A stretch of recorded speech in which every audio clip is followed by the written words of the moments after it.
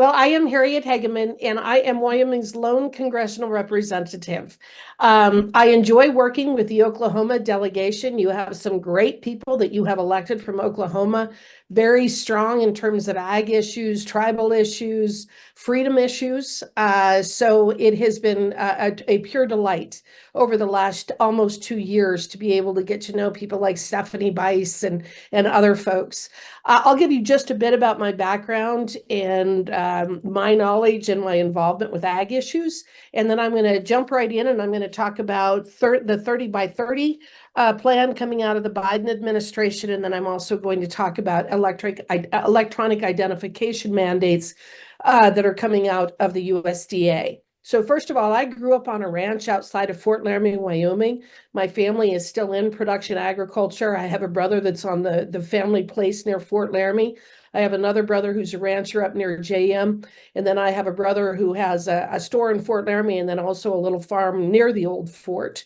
I actually went to Casper College on a livestock judging scholarship in 1981. And then I went on to the University of Wyoming, where I received both my bachelor's degree and my law degree. I have been a practicing trial attorney for 34 years prior to being elected to Congress, primarily focusing on water, natural resources, and private property rights, and constitutional law. In Congress, I am on the Natural Resources Committee, and I'm also on the Judiciary Committee. And for the last 2 years, I've been on what's referred to as the Select Committee on the Weaponization of the Federal Government, where we have primarily focused on First Amendment issues and the effort by social media and this administration to prevent mostly conservatives from being able to engage in the public square. I first want to talk about 30 by 30 and the implications of that to our landowners in the United States. 30 by 30 is one of the very first things that Joe Biden did when he took office in January of 2021. And the idea is, in the way that they've described it, is this 30 by 30 plan is to basically block access, management, and use to 30% of all of our states, of all of the nation's lands and waters by 2030. And then they also have a 50 by 50 plan, and the 50 by 50 plan is to block access, management, and use to 50% of all of our land and water by 2050. Obviously, these are extreme positions, and you're probably sitting there in the room thinking, why in the world would our federal government want to deny our ability to even access and use the lands that we have in this country?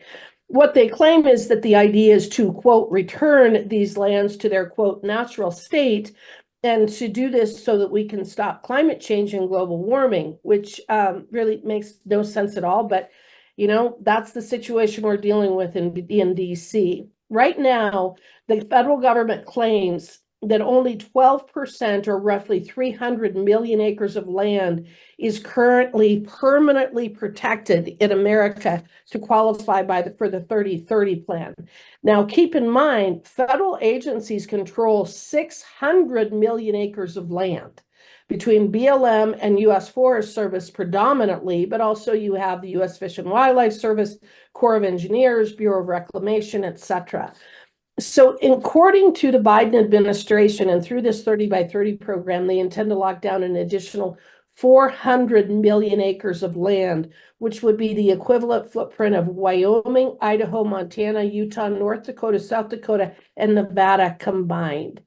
Again, this makes absolutely no sense, but it's the kind of policies that have come out of the Biden administration. Now, there are two ways in which they are attempting to push this forward and have been attempting to push this forward. One of them is by adopting what the United Nations has developed as called a system of natural capital accounting. And the idea being that all of our lands in the United States, both federal as well as private, have what they refer to as natural assets. That's wind and pollination and air and vegetation. And they have identified these, quote, natural assets that the United Nations has come up with an accounting program to value what those natural assets are. And what the Biden administration is trying to do with this natural asset accounting is value what all these natural assets were, put them on the balance sheet of the federal government and claim, oh gosh, $35 trillion, that's not in debt. That's not a lot of debt. Look at all the assets we have because we have all these natural assets that have never been valued. So what does that mean? You're probably sitting there thinking, well, then what would they do with this? Well, I'll tell you what they do with it. They're going to implement what's called the Sustains Act. And the Sustains Act was passed through the omnibus spending bill in December of 2022. It was the last big hurrah of our friend Nancy Pelosi, the largest spending bill in the history of the United States. But buried deep in that particular bill was what was called the Sustains Act. And the idea is that the federal government is going to identify these natural assets on both private and public land. And then they're going to take private money from people like Bill Gates, or they could take it from the Chinese Communist Party, or they could take it from Venezuela, or they could take it from Warren Buffett. And let's just use it as an example.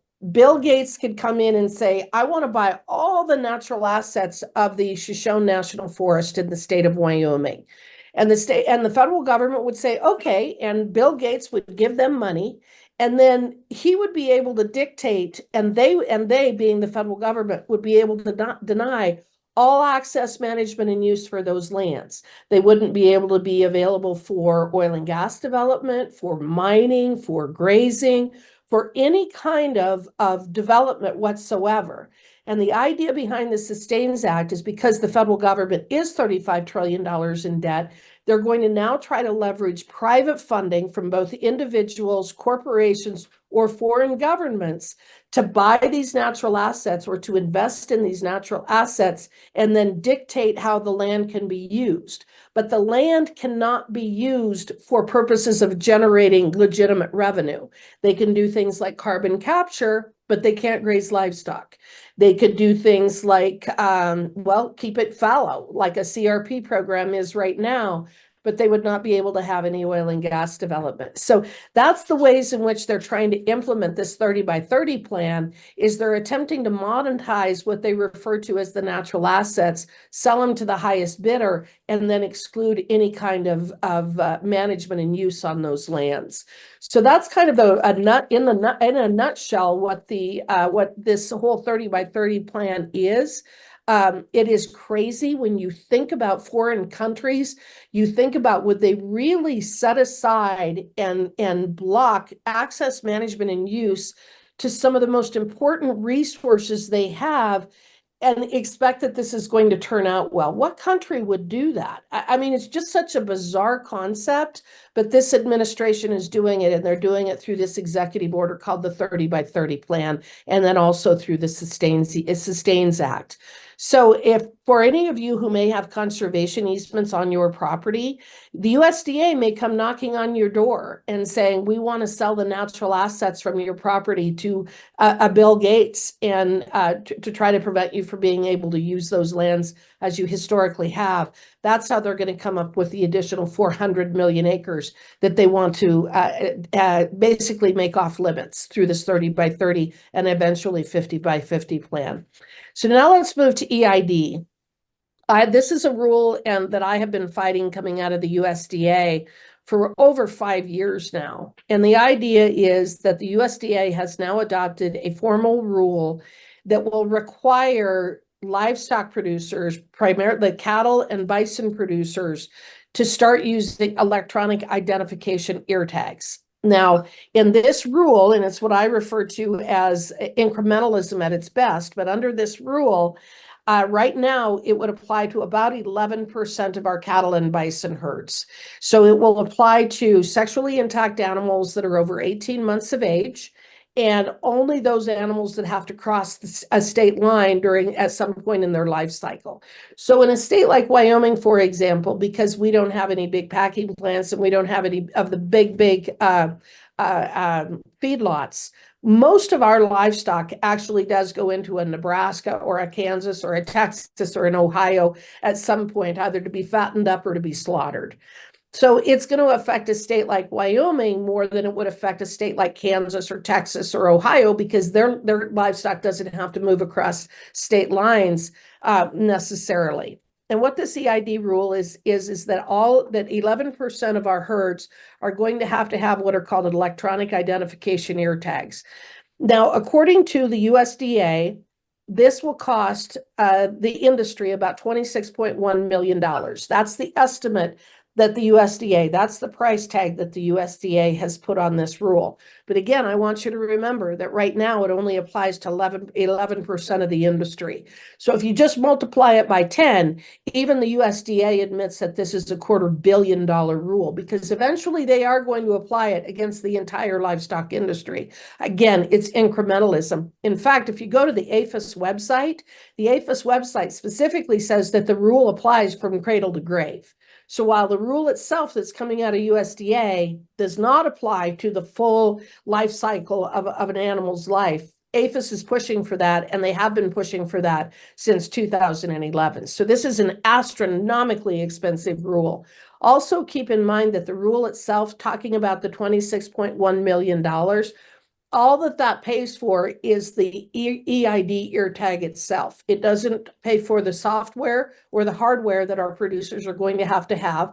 It does not pay for the wands. It doesn't pay for retrofitting your facilities.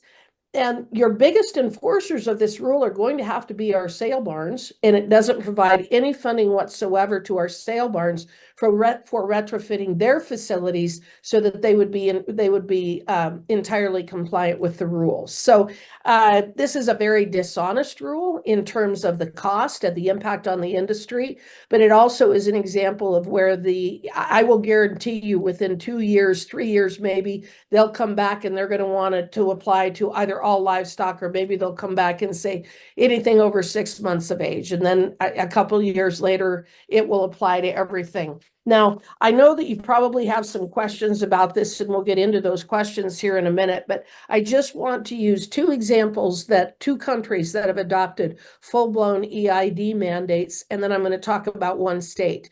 So Michigan adopted a full-blown EID mandate in 2007. And between 2007 and 2023, Michigan lost 32% of its small operations of 500 head of cattle or less. Now, I consider an operation of 500 cattle to be fairly large. USDA considers that to be a smaller operation. And I'm going to repeat this. After imposing an EID mandate in 2007, Michigan has now lost over 1/3 of all of its smaller operations of 500 cattle or less. The national average has been 7%. So it has had a huge impact, because the cost, as you can imagine, the more cattle you run, you're going to spread the cost across more animals. The smaller operators, it's absolutely cost prohibitive. It's almost $10 an animal for just the ear tag, according to what the USDA puts out. Denmark was the first country that adopted an EID mandate, and earlier this year, they have now imposed a $100 a head tax on all cattle in Denmark, not because of a disease outbreak, not because of a need to manage for a disease outbreak, but because of global warming. So right now, all the Danish farmers and ranchers that raise cattle, they have to pay the government $100 a head for every head of livestock that they run for a global warming tax. The only way that they can impose taxes like that is if they know where the cattle are and how many you run, and they can identify them to make sure that you're paying the tax when you take your cattle to the sale barn, or you sell them through video or whatever it may be. So that's Denmark. Now, Ireland, now keep in mind, the point of EID is allegedly for traceability of disease. That's the idea. That's what USDA and APHIS have sold this on. Is they have said, we have to do this because we have to protect against a disease outbreak. And the only way we can do that is with electronic identification, to which I'm going to say hogwash. We've been doing a really good job at that for decades and decades and decades and decades. And in fact, the United States has the safest meat and cattle supply of any country on planet Earth. We're very good at being able to trace disease in this country using our traditional forms of identification, such as brands, back tags, tattoos, ear tags, things like that. So we're already very good at tracing for diseases in this country. Ireland adopted an EID mandate in early 2022. And by August of 2023, the government issued an order that they were going to have to slaughter 41,000 head of cattle in Ireland, not because of a disease outbreak, but because of global warming. So again, it's only if they know where and who owns what are they going to be able to impose those kinds of mandates from the government. So this is a way to try to destroy our cattle industry. And obviously in Ireland, which is a much smaller country than ours, produces a lot less cattle than we do. They're literally they had to slaughter 41,000 head of cattle, or they received an order to slaughter 41,000 head of cattle for global warming. So I also went to the website for Ireland, for their what would be their Department of Agriculture, because I wanted to see what kind of paperwork they now require with this EID mandate. And just the list of documents that they have to fill out is 22 pages long. Just the list. This is you have these different tags approved for bovine identification. They have all kinds of forms there. Approval process for bovine identification tags. User manual for animal identification facilities. Application form for replacement cattle passport. They're now trying to force their cattle producers that every head of cattle in Ireland has to have a passport so that they can track that head, that cow or that bull or that steer or that heifer or whatever it is through its entire life cycle. They now are issuing passports over there. Q&A on agent facility. A keeper form to allow an agency or agent access your facility. Form to register as an agent for animal identification purposes. Registration and passports. Bovine birth and movements monthly reports. Farm to farm movements report. Mart through province report. Weekly exports. Manual record of bovine mart movement. I mean, this stuff is crazy. This is absolutely crazy. So then I went and I pulled off a couple of these forms just to see what they were like. Here is a herd keeper manual. It's 65 pages long. And this tells you how you have to fill out all of the information that you're required to file with the Irish government if you run cattle. Animal identification and movements, and it's the online system for herd keepers. In other words, the cattle producers themselves, what they have to do to identify all this information for the government of Ireland. One last thing that I would say about this is that USDA does not have the ability to exempt itself from FOIA. Congress can. Congress, in fact, has exempted from FOIA NAS data, National Ag Statistics Service. That data that our farmers and ranchers give to NAS every year is supposed to be exempt from FOIA. But the USDA cannot itself exempt itself from FOIA. So my question is, where is all this data going? Who's going to be keeping it? Who's going to be protecting it? Who's going to be managing it? And is it subject to FOIA? Could you have radical environmental groups just inundating the USDA with FOIA requests demanding personal information from our ranchers across the country when they implement this rule? So this is a dangerous rule. It's one that I've been fighting hard against. I've got a Congressional Review Act resolution that I have been pushing, and I would encourage all of your representatives to sign on to this. It would be wonderful to have all of them as co-sponsors to stop this rule from going into effect, or if and when it does go into effect, that we could stop it later.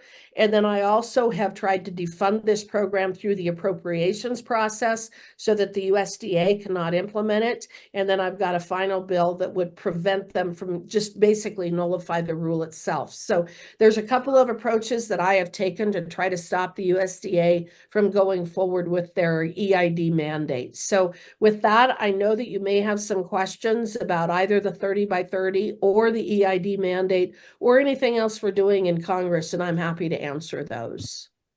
So if anybody has questions, you'll have to come to the mic so we can have about, I think you have about 10 minutes. Possibly, I do have a question. This is Representative Humphrey. What groups are fighting with you? What groups are joining with you? Do you have any national known groups that are actually trying to help you stop the USDA on this massive undertaking? So one of the groups that has been helpful has been the tribal groups that run bison. So this rule also applies to bison. And the interesting thing about tribes, a lot of them are getting more and more and more into running bison as for economic development on their reservations.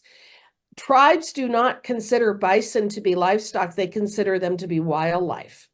And so the American, I think it's the Tribal Bison Council, they have written a letter in support because they don't want to have to put EIDs on all of their bison any more than we want to on our cattle. We also have some state organizations. The Farm Bureau in Wyoming has been very helpful. We've got RCAF. We also have the South Dakota Stockgrowers. We have huge support from our sale barn folks.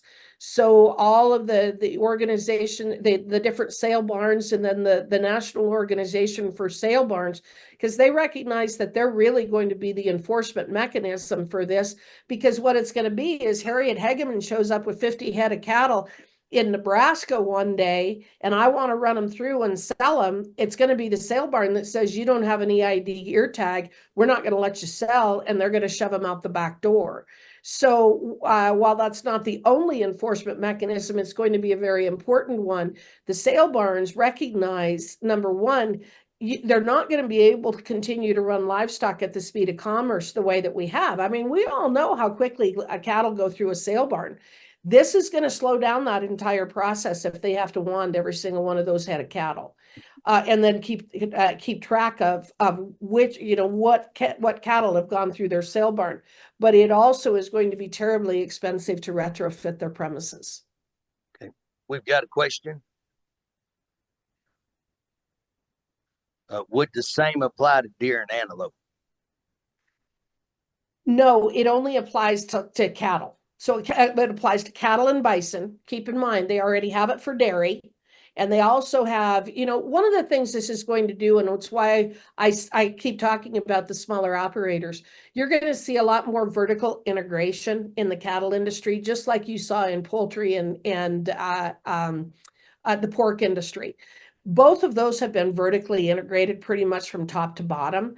The cattle industry has not. And this is one of the efforts to try to do more vertical integration. It's why our big packers are strongly in favor of this, and ear tag manufacturing companies are strongly in favor of this, as you can imagine.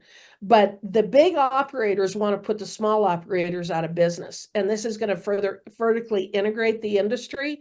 And so again, it applies to cattle, bison, but your dairy cows already do this. What kind of legislation could we pass as a state here in Oklahoma that would prevent the federal government overreach coming into Oklahoma? Are you aware of anything like that? So right now we're working as the state of Wyoming. I have a lot of friends in the state legislature, and they are working with their counterparts in Utah and Idaho and other states to come up with memoranda of agreements where if we enter into agreements with other states that they will accept our cattle and they will accept we will accept theirs and they will accept ours, we can actually, I think, circumvent the mandate in this rule. So what I would encourage our legislators to do in Oklahoma, if you need me to put your legislators in contact with anybody here in Cheyenne, I can sure do that. But what we're trying to do in Wyoming is we're trying to make arrangements with other states saying we're not going to implement an EID mandate in our state and work with other states to do the same so that we can continue to sell cattle across those state lines. Would you agree that if we did an interstate compact agreement with about 7 states that are your main producers and that we ended up doing a lot of our packing ourselves, that we would completely control the market and that we could control the outcomes of these situations. I'm with you, man. I'm with you. In fact, it's really funny to me because, as I say, this is such a classic case of government incrementalism. Right now, they say, hey, don't worry about it. It only applies to 11% of the industry. According to USDA, they have to have a full 70% compliance with this kind of a traceability rule in order for it to be effective from a disease outbreak standpoint. So enforcing this against 11% of our industry, number one, makes no sense, but number two, it really gives away the game as to what they're trying to do. That next year they'll add another category, and the year after that, and the year after that, and the year after that, because of the fact that even they admit that unless they have a 70% buy-in, that it is not an effective traceability rule. There isn't an effective traceability capacity to it. And in fact, even in the rule itself, it doesn't make you keep track necessarily of all of this data. They're just trying to get their foot in the door because they know that the cattle and bison industries are so opposed to this. So they started this back in 2011. They started trying to do this in 2011. And the industry itself has pushed back for the last 15 years and refused to allow the USDA to do this. I filed a lawsuit, in fact, in 2019, and I blocked that effort in 2019. I filed a lawsuit here in Wyoming on behalf of an organization and cattle producers, and I was able to stop it legally at that point. But this is the latest effort, the latest iteration. But yes, if our states would come together and just basically tell the USDA to pound sand, they're going to work together and have our own packing capabilities and capacity, I think we could stop them from being able to implement this rule. So our next study or our next gathering needs to be inviting all of us legislators to come together and have a little deal like we're having right here. Hey, another question we got.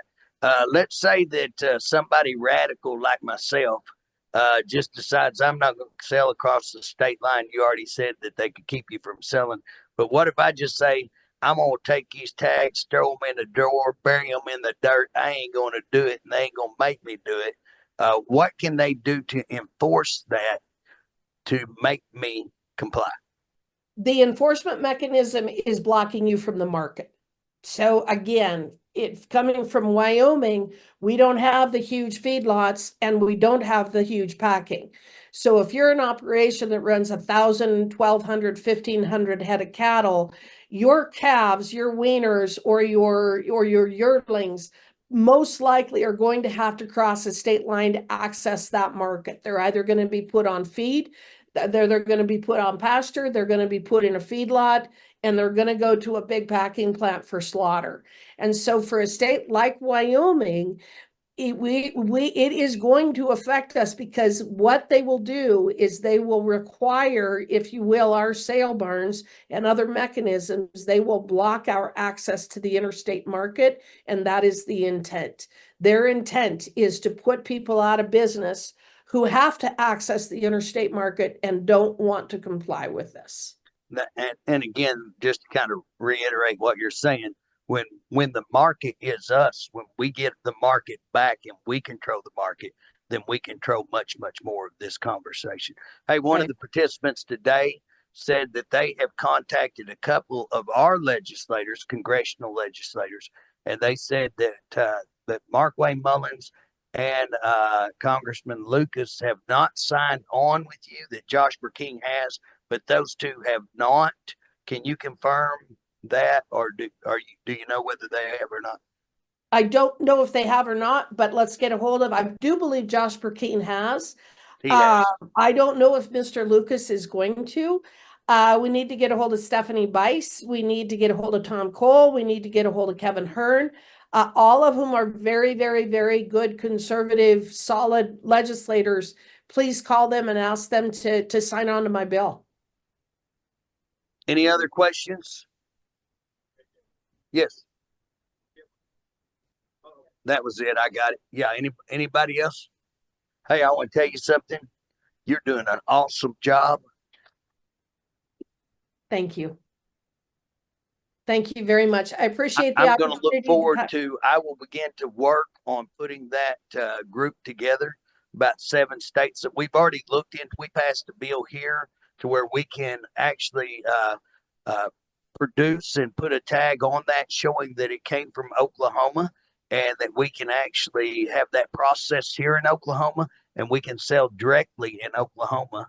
And so if we could do that, compact that agreement through those states, guess what? We win, and we control the market. And again, the rest of the United States are going to have to come to us to get their beef, and I bet you they will. And so I like the again, that's idea. And if there's anything that I can do to assist with that, please let me know. Please let my office know. And I really look forward to working with all of you to try to block this overreach from the USDA. Harriet, this is Andy, and I want to say thanks. Thank you. Thank you. keep after them. You keep after them. Yeah, hold on. Okay, we're going to get everybody to wait until we're getting the camera here so that we can have something to show folks back here in Oklahoma. Awesome. Hey, if you need something from Oklahoma, we've got 9 legislators, but JJ Humphrey, you call me and we'll get her done. Thank you.